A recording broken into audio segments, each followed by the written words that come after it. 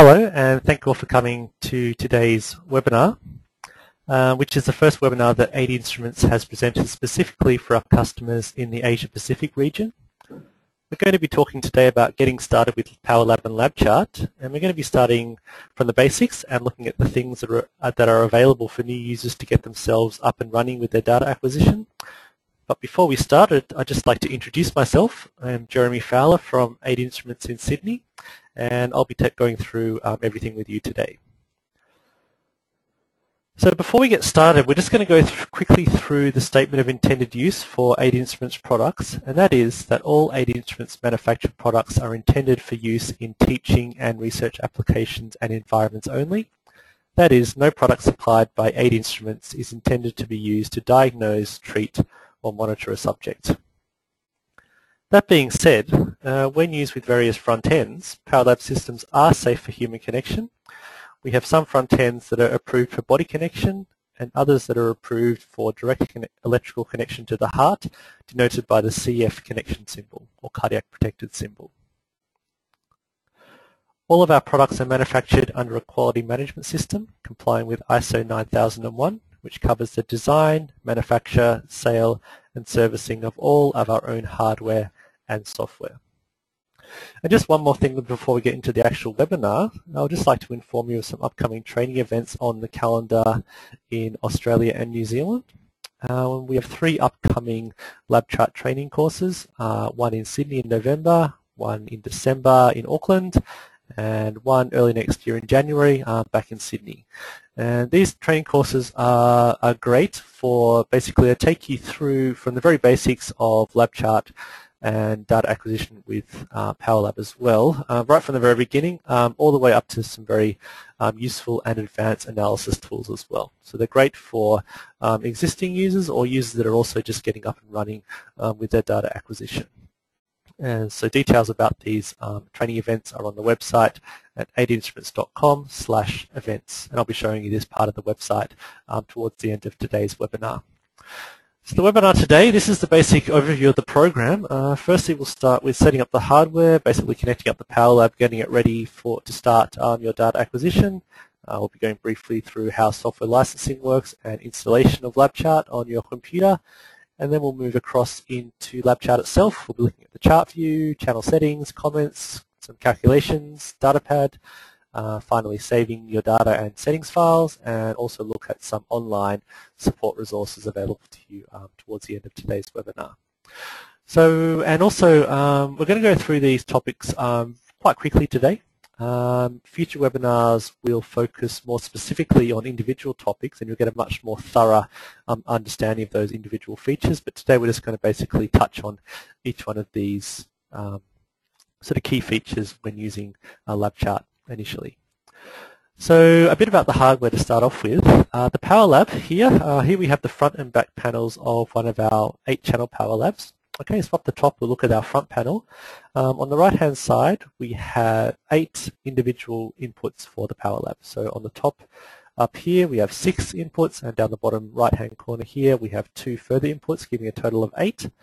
And corresponding to, so these are the B and C inputs, sorry, and corresponding to inputs 1 to 4, we also have these DIN or pod connectors, which are alternative inputs for these channels, and these enable transducers that require some sort of excitation voltage to be connected directly to the PowerLab.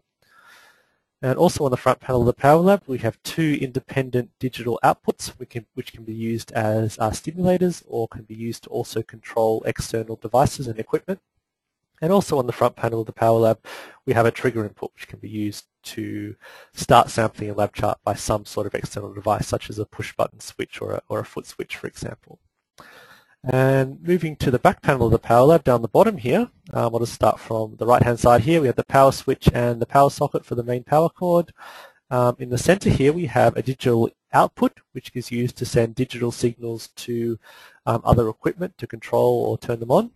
We have a digital input here which can be used to accept digital signals from external equipment, and that's used for inserting comments in your recordings. We have the USB port for connecting the PowerLab to your computer, and we also have an I2C socket which is used to connect our front ends and is a communication kind of protocol. So connecting up the Power Lab is really simple. Basically, the power cable connects the Power Lab to the wall socket. A USB cable connects the Power Lab to your computer running LabChart.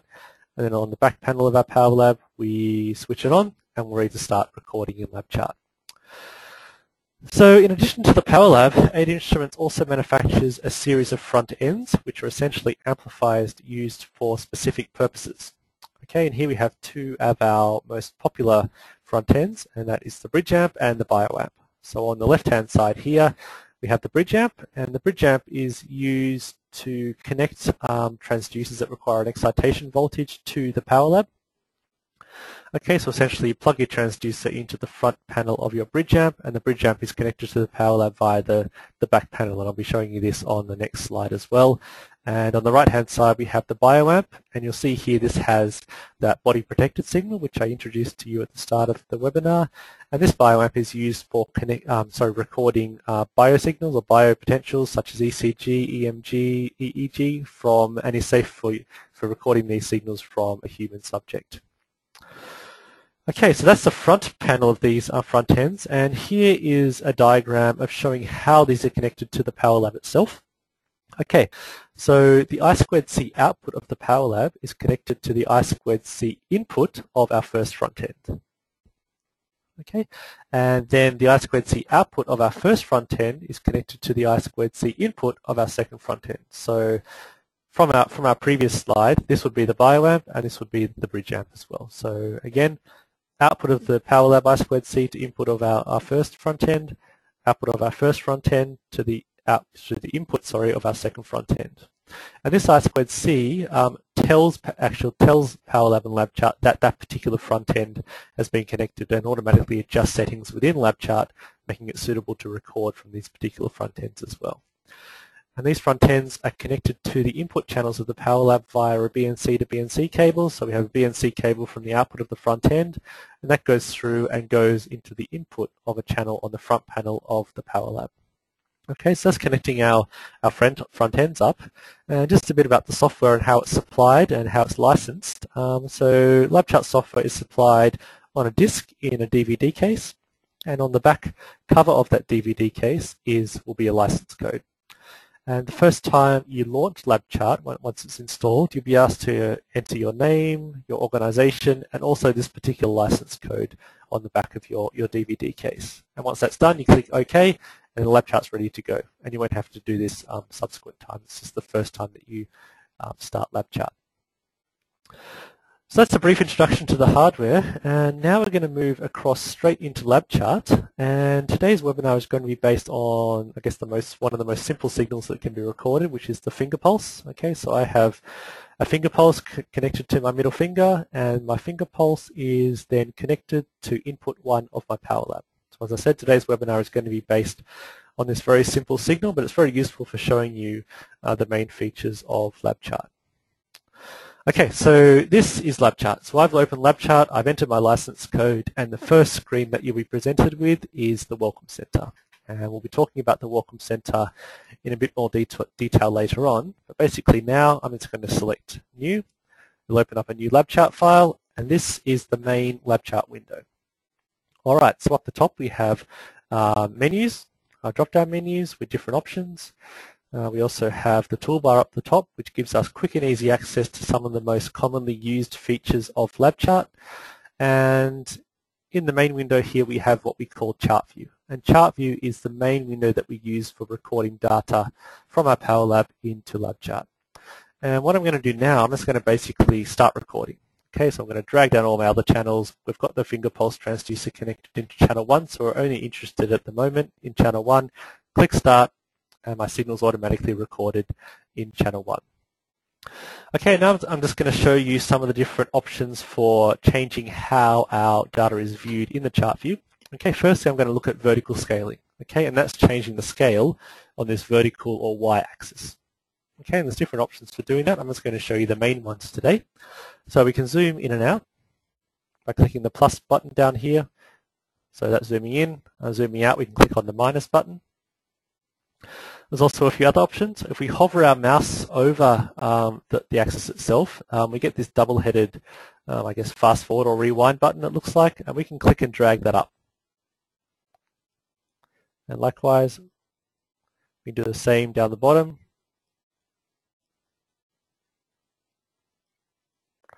Okay, we can shift the whole axis up and down by using this different type of double-headed arrow here. Okay, so these are just ways of manually adjusting the Y scale to something that we're happy with. Okay, and there's also a more automated way of doing this, that's using auto scale. And auto scale is accessed from the toolbar at the top here. It's this double-headed green arrow thing. So if we click on this button, it auto scales our signal to fit exactly in our viewing area of our chart view for channel 1. Okay. And next to our auto scale button, we have our continuous auto scale.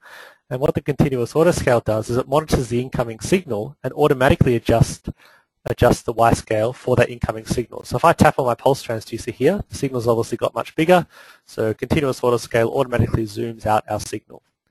And you'll see that as that particular part of the signal goes outside of my viewing range, I'll just give it a moment here, you notice that it automatically fits my new incoming signal to fit nicely in that chart view. So now it should pop up and we can continue looking at our data optimally. Okay, so that's quickly scaling on the vertical scale. The next thing we can do is we can change the horizontal scale, or the amount of horizontal compression in our time axis. And we do that by looking at these controls, or using these controls down the bottom right-hand corner of our chart view. So we can do different things here. We can compress our data by clicking on this small button here. And obviously I've still got continuous auto scale on, so I'm going to turn that off. And I'm just going to zoom in so we can see our, click on. 1 second, okay, and we can also decrease the horizontal compression by clicking on this larger button here. And we can also manually set the compression ratio. The default compression ratio is 10:1, so if I click on that, it goes back to our 10:1 ratio where we can clearly see our incoming signal at a nice pace. And we can also pause our signal by clicking on this button here.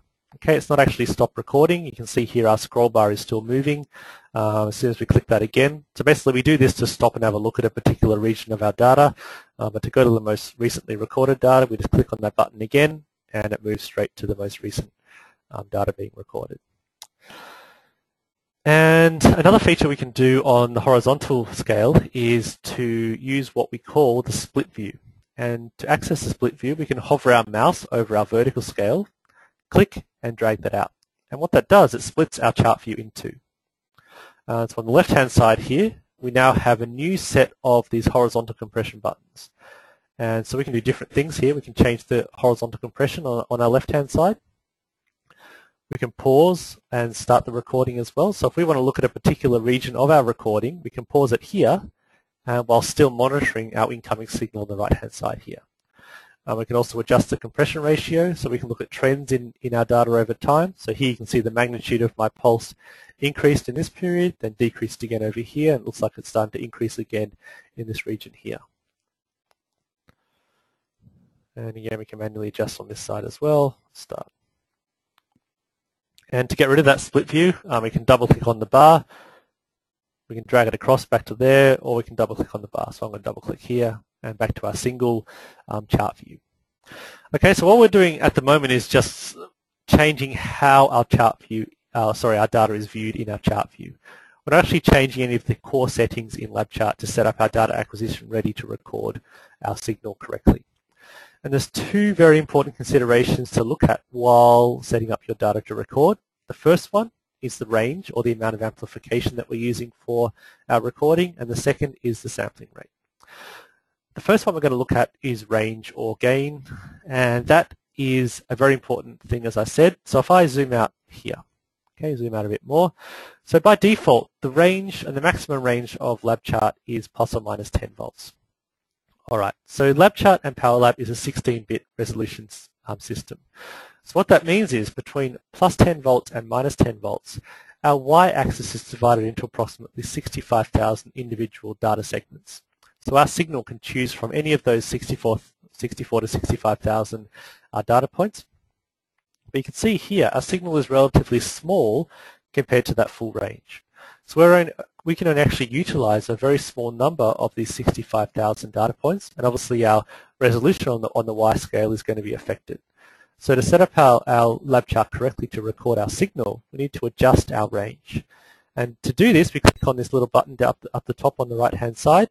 Brings down a drop-down menu. So as I said, by default, we have a 10-volt range. Typically for a finger pulse, it's around 200 or 500 millivolts. So I'm going to try 200 to start off with. And you can see now the full range is now between plus 200 millivolts and minus 200 millivolts. And what that means is this range here is now divided into 65,000 individual data points. And you can see that we're using a lot more of these data points than we were before when our range was set at plus or minus 10 volts. So we're going to get a much better resolution on our vertical scale. And this is a nice range for this particular signal. We actually want to have our signal take up approximately half of our available range, and this will enable our signal to increase in size without actually going out of range. So when our signal goes out of range, if I tap my pulse transducer here, you can see we get clipping at the top and at the bottom of our signal. So data outside the range is actually lost forever and can't be recalled. So that's why it's very important to have a range with some flexibility in it to enable our signal to increase in magnitude. So that's range. I'm going to keep my range set now at 200 millivolts. And the next thing we're going to look at is sampling rate. And sampling rate is basically the number of samples our incoming analog signal from our pulse transducer is being broken down into. So by default, the sampling rate is 1,000 samples a second. So what that means is each second of my analog signal is being broken down into 1,000 individual segments.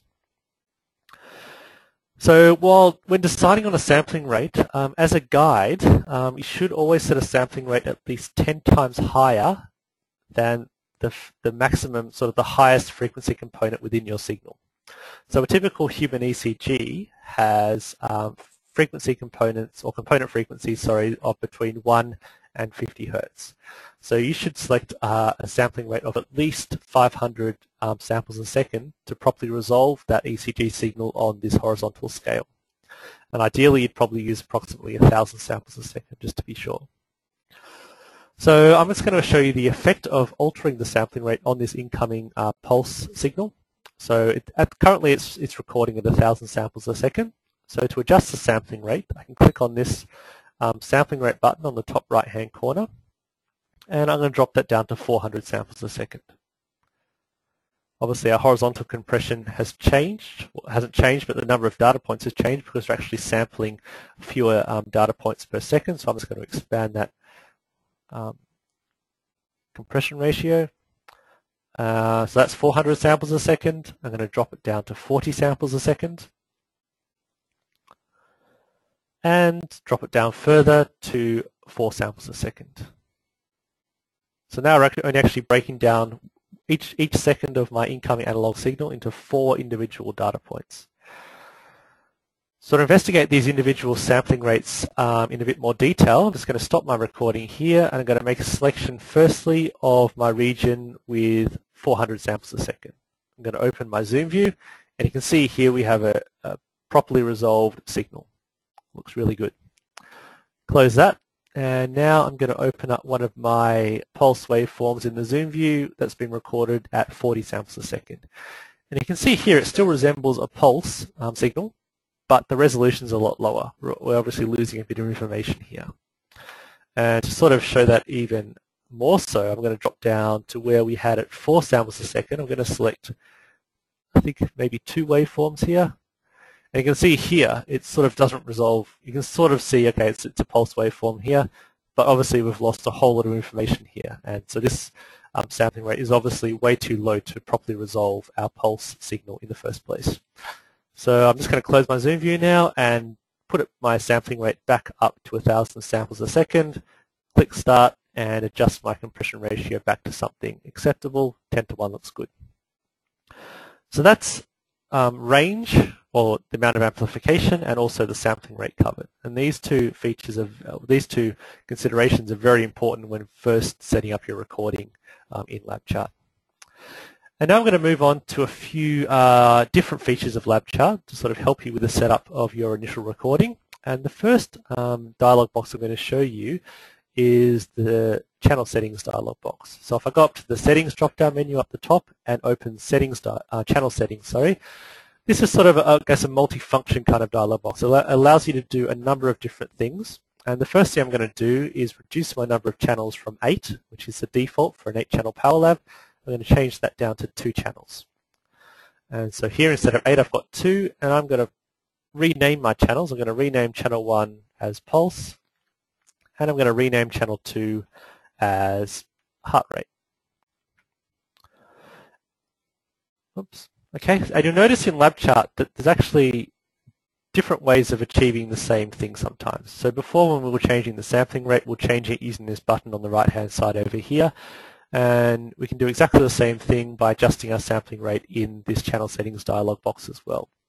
Likewise, we can also adjust the range here before we use this button on the right-hand side to adjust the range. This does exactly the same thing for that particular channel.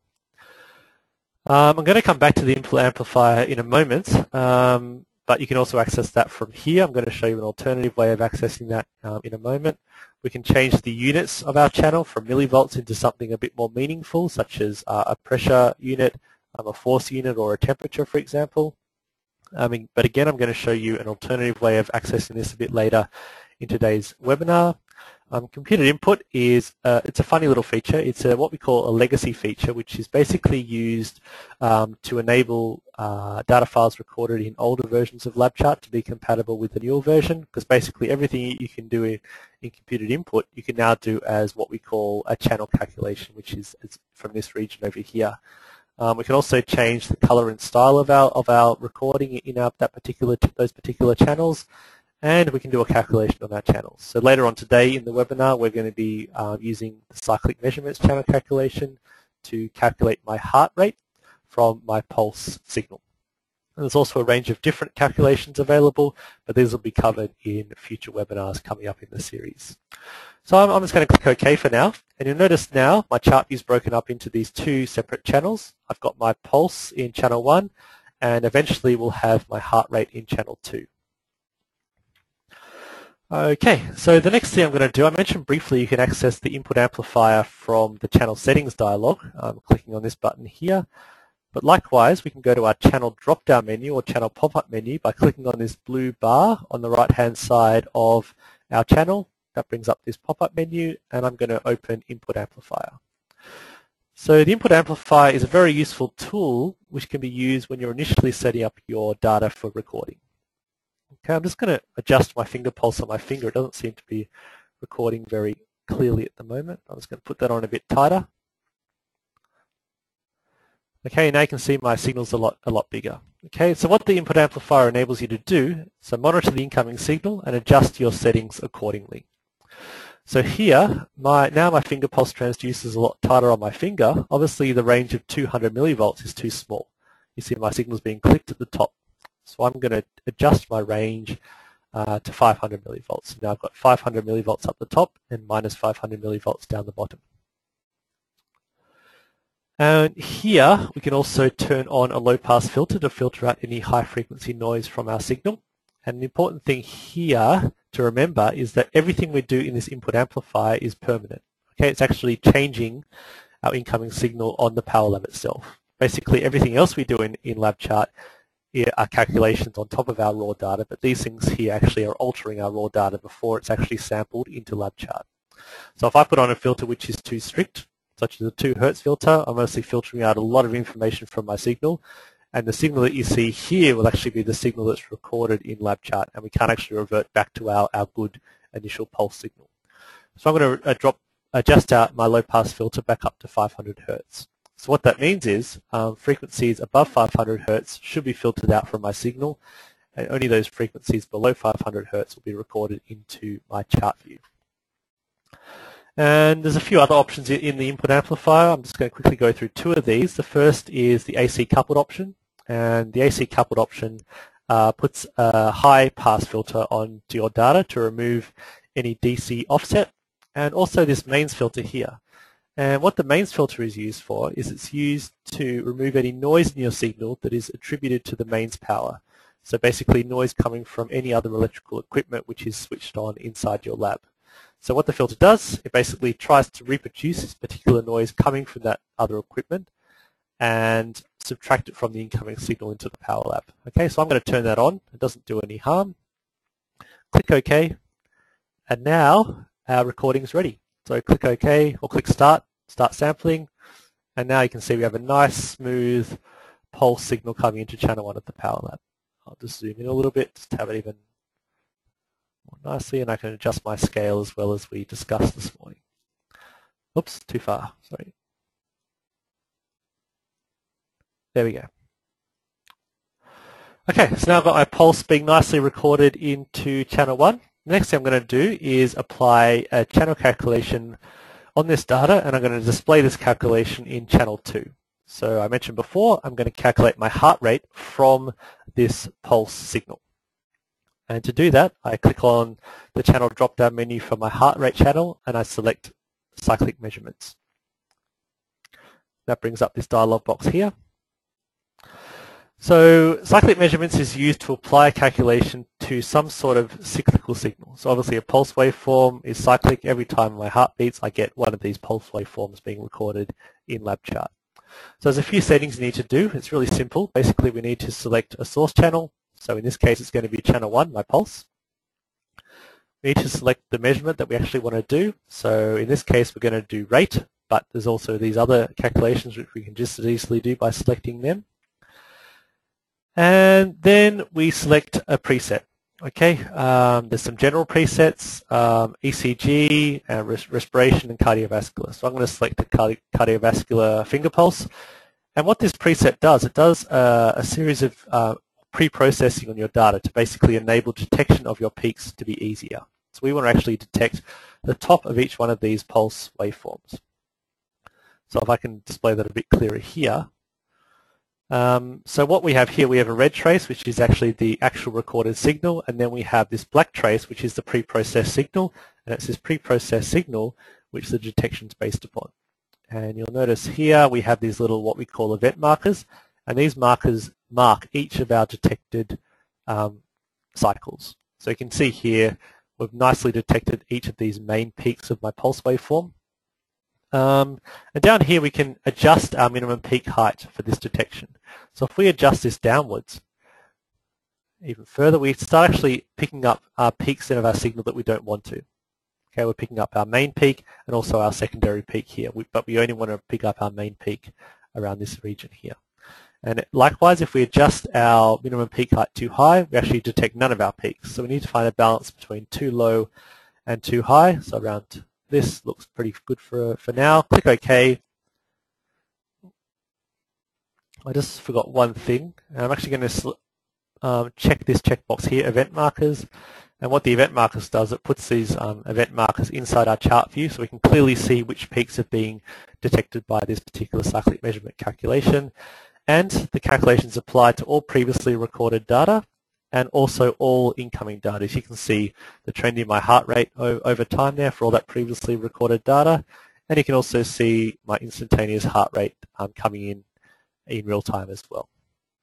Okay, so it's really easy to do. And yeah, so that's a basic channel calculation of heart rate from my pulse waveform. Next thing I'm going to show you is a feature called the DVM window. DVM stands for digital voltmeter, and this enables you to easily see or clearly see the values being recorded or calculated in LabChart. So I'm just going to drag out a DVM window from this little readout here. So each channel has its own little readout showing you the sort of the most recent value being recorded. So if I click on that and drag it out and make that a bit bigger, I can now clearly see my heart rate in real time. Okay, you can make it big so you can easily see it from across the room or wherever. And on the top left-hand corner of this DVM window is a settings button. So if I click on that, and what this does, it enables us to do some calculations on our data in real time as well. So we can do some very basic calculations here. We can do some average calculations, minimum and maximum. So I'm going to select average, and I want to average every 5 seconds. And I want to graph this every 30 seconds. Graph the previous 30 seconds, sorry, and I'm going to change the number of decimal places down to 1. Click on OK. the DVM window changes a little bit here. It's now, this value up the top here is now updating every 5 seconds, because that's what I told it to do. And down here, it's plotting the previous 30 seconds. So we can see some trends in our data over the previous 30-second time period. Of course, if you want to make that time period longer, you just enter a longer time in that settings dialog that we just did before. All right, so that's digital voltmeters. I'm just going to leave that one open. There's also a voltmeter for, there's a DVM available for all channels and also for the time itself. So if we drag out one from the time, we can see how long we've been recording for. About the same size, and there we go. Okay, so I can just leave them open for now. And while we go on to our next topic, which is units conversion. And what units conversion does, it enables us to convert our incoming units from millivolts or volts into something more meaningful for your particular experiment. So if you're measuring temperature, you obviously want to have your units in degrees Celsius, for example. If you're measuring force, you want to have newtons or grams of force. If we're measuring blood pressure, we want to have, for example, millimeters of mercury. And what I'm going to do here is I'm going to convert my income. I'm going to pretend my pulse is a blood pressure signal, and I'm going to convert my units from millivolts into millimeters of mercury very quickly. So I need to stop my recording, make a selection of one of my pulse signals here, go to my channel drop-down menu, and click on units conversion. So this little window here shows my selected data, so this region here. And it's a very simple process. I make a selection. I'm going to pretend this selection here, click on the arrow, enters that value of millivolts into this field, and I'm going to pretend that is 0 millimeters of mercury. I'm going to then select the top of my peak over here, enter that value, and pretend that is, say, 150 millimeters of mercury. We then select our unit of millimeters of mercury, click OK. I'm going to drag a third DVM window out over here. I think I'll close the other one, make this one a bit smaller. And you'll notice here that the units on the y-axis have changed from millivolts to millimeters of mercury. And as I hover my cursor over my recorded data, the digital voltmeter displays my data in millimeters of mercury and not in millivolts. And when I press start to start recording, all new data is also recorded as millimeters of mercury, or displayed as millimeters of mercury, sorry, because the raw data is always recorded in millivolts or volts, no matter what you do. So this units conversion is simply a calculation on top of your raw data. So one feature of LabChart is that you can never alter your raw data. You can always go back, so you can never make a mistake. You can always revert back to what you had before. And to do that, I just stop my recording again, go to my channel pop-up menu, select units conversion, and turn that off. And we go from millimeters of mercury back to our original millivolts.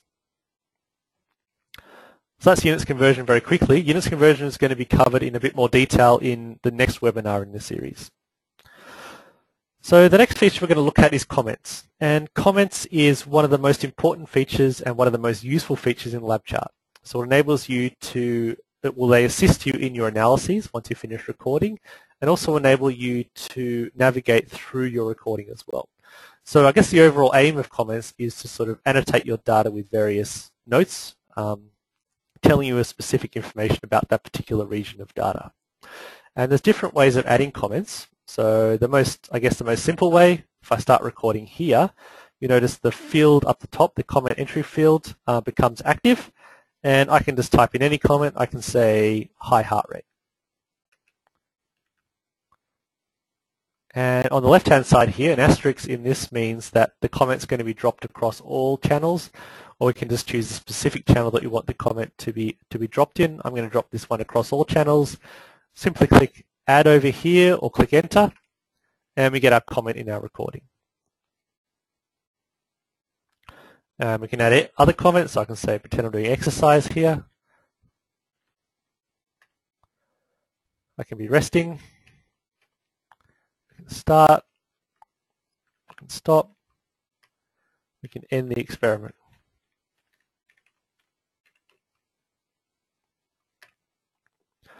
And if I want to add just a comment in channel, say 1, for example, type in a 1 there.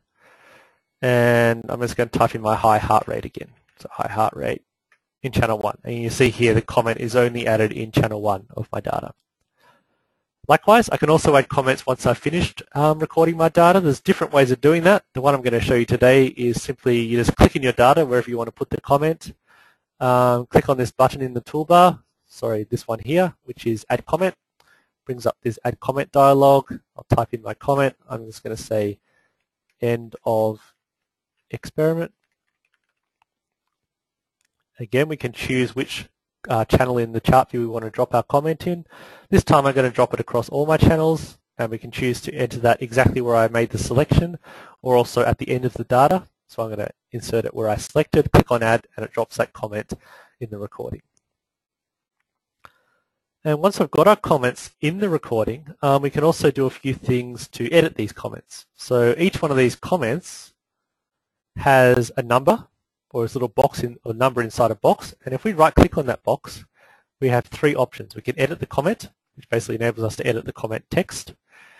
If we make a mistake, we can delete the comment, and we can also move that comment. So obviously when you're adding comments live in real time, you may not drop the comment exactly where you want to. If we click on Move Comment, it brings up this little black square, and if we hover over that black square, it brings up this double-headed arrow, and we can then click and drag and move that comment exactly where we want to in our chart view. So that's editing comments once we've added them. And the final thing I'm going to show you with comments, 2 more things actually. First is using these comments to navigate throughout your data. So here I'm going to go all the way to the start of my data, nowhere near these comments at all. And I can bring up this comments list from the toolbar up the top here. And it lists all of my 8 comments which I've added to my recording.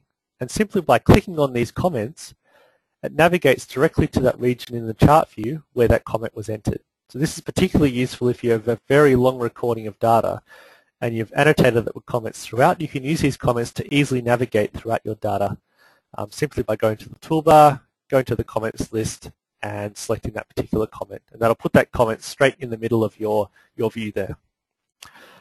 So that's navigating using comments. The final thing I'm going to show you with comments is a different way of adding them, and that's using what we call preset comments. And so to use preset comments, we go to Setup, and we select Preset Comments. Select New. And there's different ways of adding these comments, but the one we're going to use today is using a shortcut key. So I'm going to use a shortcut key of F4, and I'm just going to use another comment, for example, End Experiment. Very simple. So what that means is every time I press F4 now, I'm going to drop this comment in my recording of End Experiment. And I'll bring up my function key mini window as well. Click OK. It brings up this little mini window here. So I've got my shortcut key and the comment text. Click on Start. And now every time I press F4, I drop my End Experiment comment in my chart view. Obviously, we can have a whole list of these preset comments set up, but we'll cover this more in our Adding Comments webinar, which is coming up in December of this year. So I can also click on this button to drop the comments. So I'm just going to drop a few more in here. Click on Stop, and now our comments list is more extensive. I've now got 21 comments in my recording. And these comments work exactly the same as any other comment. So I can go to here, right to our first comment, and right to our last comment as well. Okay, so that's adding comments and navigating through our chart view with comments. The next feature I'm going to show you is the data pad. And the data pad offers a very simple way to analyze your data. It basically enables you to define and extract numerical data from the graphical representation. Basically extract numerical data into the data pad from the graphical representation of your data, which is shown in the chart view, which we've been looking at so far today. I'm just going to open the data pad now. We can open the data pad by selecting the data pad view button in the toolbar. Simply click on that. Opens up our data pad, and I'm just going to arrange our LabChart window nicely so we can see both our chart view and our data pad at the same time. So the data pad essentially looks a bit like a spreadsheet. Okay, this mode that we're currently in is what we call row mode, and this row mode is what we use to extract our data from our chart view into the data pad. So DataPad is arranged in a series of rows, and the data from our chart view gets entered into these rows, and also a series of columns. And we set up these columns to display exactly the data or exactly the calculation that we want it to display. So I'm going to set up three different comments here, or sorry, three different columns here. The first column, I want to display the time at which the data has been extracted. So I go click on the button at the top of the column, select selection and active point, and select time. And now you see the heading of my column is now changed to time. And in column B, I want the DataPad to calculate the mean heart rate for the particular selection that I make in the chart view. This will become a bit clearer when we actually do the selections. At the moment, I'm just setting up the columns to display the correct calculations. And down the bottom here, we select our channel, and we want the calculation to be based on our heart rate channel because we're selecting or calculating the average heart rate from a particular selection in our heart rate channel. Click on OK, and in column 3, I want to display the comments corresponding to that particular selection. And I want to display the comment text, and I want those comments to be from any channel. I'll just drag that across again. Click on OK. So now I've got three columns set up. I've got the time that the selection's made, the calculation in column B of my mean heart rate for the particular selection, and also the full comment text present in that selection. So now, as I make a selection of data, these values in row 1 change. So row 1's a special row. It basically shows that information for that particular current selection. So as I make a different selection, so here I'll make a selection of around 4 to 4 seconds. Okay, so it's got the time at which the selection has begun, so around 23 seconds down here. It's got the mean heart rate for that particular selection, so between here and here it's calculated the mean heart rate. And it's also got the comment text in that selection. Okay, end experiment. And you notice here, if I make a selection which doesn't contain an actual comment, it actually goes back to the previous comment added in the chart view. So it's actually referring to this comment here. Okay, so that's looking at live sort of data in real time. If you want to actually store data in the DataPad, we need to add the data from the chart view into the DataPad. So I'm going to scroll back to a different region of data. I'm going to compress my data a little bit, and I'm going to make a few selections. So the first selection, and to get the DataPad from the chart view into the DataPad, there's a few different ways of doing it. Today I'm just going to show you one of these ways. The other ways will be shown in the future webinar coming up in November, but the easiest way is just to click on Add to DataPad in the toolbar. And you'll see now that it's sort of permanently stored this data in the DataPad. So it's got the time the selection was made or begun here, the mean heart rate for that particular selection, and also the comment text. So it's got that stop comment in there. I can make another selection here. Oops, add to DataPad here. So we can just keep adding data as long as we want, making selections, adding data. But obviously this is very cumbersome and time-consuming if you've got a lot of data to add to the DataPad. If you have hours of recording, even if you have minutes of recording, it becomes very cumbersome actually manually adding these sort of selections to the DataPad and extracting that numerical data. So there's a few different ways of automating this adding data to the DataPad. The one I'm going to show you today is a feature called Multiple Add to DataPad. And to set this up, we go to the Commands menu and we select Multiple Add to DataPad. So we can add data to DataPad based on time selections, based on comments, and a few other options here, which we're not going to cover today. But what we're going to do is we're going to use the comments which I've added to the DataPad to select a region of data and automatically add the region of data to the DataPad. So we're going to find using comment. We can set some rules, but I basically want to look in every channel and I want to find every single comment in my recording. If you only wanted to find one particular type of comment, you can say, okay, I only want to find comments containing N, for example. But I don't want to do that. I just want to select all my channels, so all my comments, and I want to select a certain period of time. So I want to select 5 seconds, either after, around, or before my particular comment. So I want to select 5 seconds after the comment. So what it's going to do is it's going to find the comment and automatically make a selection for 5 seconds after that particular comment. And then I can choose how much of my file I want to look at, but I want to look at my whole file. So it's going to go right back to the start of my file and go right from the start to the end. Find every comment and add that 5-second selection to the data pad. I simply click on Add, and it's going to do that. So it's gone from the very start to the very end, picked up all of my comments from row 9 here down to row 29, and added that particular 5-second selection to the data pad. So it's got the time of the selection, the mean heart rate in that particular selection, and also the comment corresponding to that particular selection as well. And there's obviously a lot of end experiment comments here because I added a whole lot of end experiments with that preset comment at the end of my recording. Okay, so that's DataPad very briefly. As I said before, we'll go into much more detail with the DataPad in November's webinar. But before we finish, I'm just going to show you a couple of other few little small things to do with LabChart. The first is saving your file. Okay, so we've recorded all of our data, we've done our analyses, and now we want to save our file to store it for later use. And so we go to File and we go to Save.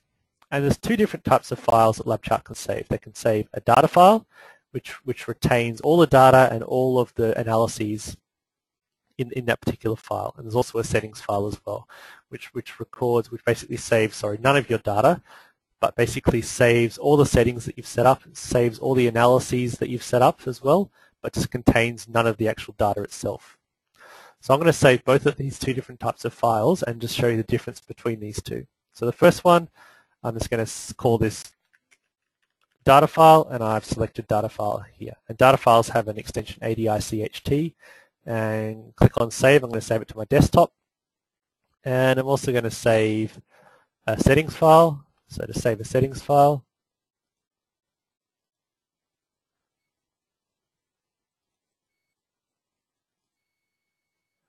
so I've just got a few issues here. I'm not quite sure what's happening. Oh, save. I'll go save as because I've already saved the file. Sorry about that. No. Okay, so we're back to where we were before. So this time I need to go to Save As. And this time I'm going to select LabChart settings file.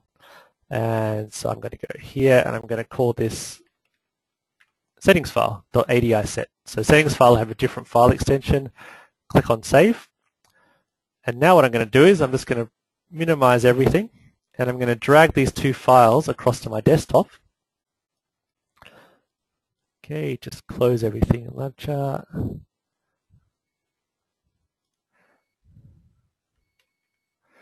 Okay, and first thing I'm going to do is open my data file. So data file brings up everything I had before. It brings up my data in my chart view. It brings up all my analyses in my data pad. It's got all my columns set up correctly, and it's also got my DVM window there, which I also set up. And I can also record new data into this data file. Okay, so that's the data file. I'll just close all my windows in my data file. I don't want to save my changes in this case. And this time I'm going to open my settings file.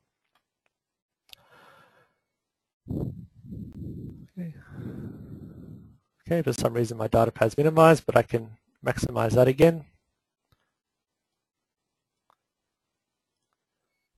Sorry about this. Okay, something went a bit funny there, but basically you can see that everything's set up as I left it before. I've got my chart view here. I've got my channel ranges set up. I've got my cyclic measurements calculations set up down here. I've got my DVM window here. And I've also got my data pad set up exactly as I left it. I've got the time in column 1. I've got my heart rate mean in column 2. And I've got it just set up to show the full comment text in column 3. So now all I have to do is I come in, I click on Start, and everything's already set up to go. So my calculations happening as well in real time. So I guess the setting file is useful if you're doing the same sort of experiments day in, day out. In the morning you can just come in, open up a settings file, click Start, and you're ready to go. And then of course when I stop recording I can then save this as a new data file as well. Okay, so that's the distinction between a data file and a settings file. I apologize for the small issue we had with recalling that settings file, but I hope you get the idea from that. And the final thing I'm going to show you here is the Welcome Center.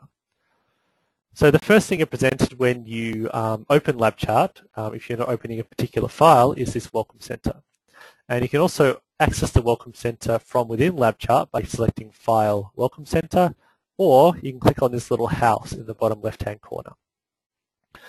So this is the Welcome Center. On the left-hand side, we have a panel with all of our recent files, so you can just come in here and double-click on one of these files, and it opens up that file in your LabChart window.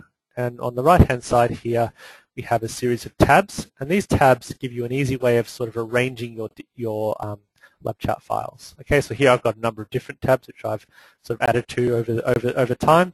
So this particular LabChart example file tab, just when it loads, has a whole range of different data files available to me. Simply have to double-click on those files here, and it will open up those files in my LabChart window. Okay, we're not going to go into too much detail about the Welcome Center here. I'm just going to go down now to the bottom here where we have a series of buttons, and these buttons are all different links to our website besides the Feature Manager, which is actually a feature of LabChart itself, and that enables you to switch on and off different features of LabChart. So our different modules and extensions, you can choose to have them turned on or turned off. But the two relevant to this particular webinar is the Support button and the Event Calendar button. So firstly, Support. I'm going to click on that. And so here, if you have any issues with setting up your data recording, setting up your hardware, with your analysis of your data, you can always contact us for some help with this. And one way to do this is to go to the Support tab of our website. And you can click on the Support tab up here, and you can click, there's a few different resources here, but if you click on Tech Support, they'll take you to a form. You just fill that out, and that'll shoot off to your local support engineer, and they'll be in contact with you as soon as they can. So that's the Support tab, the Support button and the Support section of our website. The next button I want to show you, just go back to LabChart, is our Event Calendar. So click on that. It brings up a different section of our website, which is the Events section, and this lists all upcoming sort of exhibitions where we'll be attending, our different workshops and training which we'll be hosting, and also upcoming webinars as well. So I guess relevant to this particular kind of thing is workshops and training and webinars. So if we go to our region, I'm going to select Australia here, and I'm going to select workshop and training. So these list the two upcoming LabChart training courses which we have. So if I select the November one, I want to register for this, I simply click on Register Online Now. And if I go back, I select Webinars, and this lists the upcoming webinars. So on the 24th of October, we have our Calibrating Data, which looks more at units conversion. In November, we are looking in more detail into the data pad. And in December, we're looking at comments in more detail. And of course, into the new year, we'll be scheduling more and more of these webinars. Okay, so that's the events section of our website. Of course, if you're from a different region, you select that region from the list here. I know we have some people from New Zealand here, Southeast Asia, for example. You just select your region, and it will list events relevant for your particular region. Okay, so that's basically everything I wanted to cover today. But before we finish, I'm just going to go back to my PowerPoint here and show you some contact information for two people. The first person is myself, Jeremy Fowler. So if you have any questions or any inquiries regarding training, please feel free to contact me. So this training can be in the form of webinars, training courses, workshops, specific application training. Don't hesitate to contact me. You can email me at j.fowler@8instruments.com or call me here. And if you have a technical support query, the first point of contact for Australian and New Zealand customers is Parimal Katcha, who works out of the Sydney office here, and he's our local technical support engineer. And here are his contact details here. Probably the best way to get Parimal is on this support email, so support.au@8instruments.com. So if Parimal's out of the office, there's always someone else monitoring this particular email address here. Okay, so that's all I wanted to go through today.